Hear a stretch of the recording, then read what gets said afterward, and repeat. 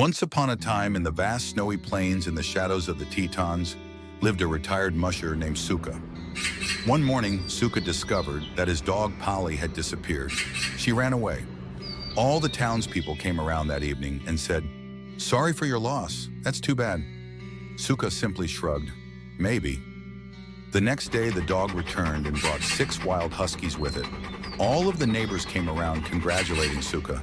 "Now you have a sled team of dogs again. Why, isn't that great?" But Suka just sipped his hot tea and said, "Maybe."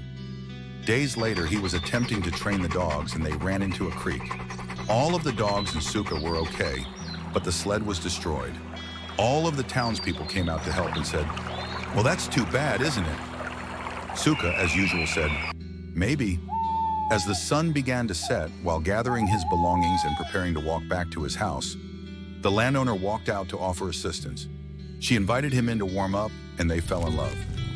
Days later, the couple was walking around the village and everyone gathered around and said, "Well, isn't that wonderful?" And he smiled, "Maybe."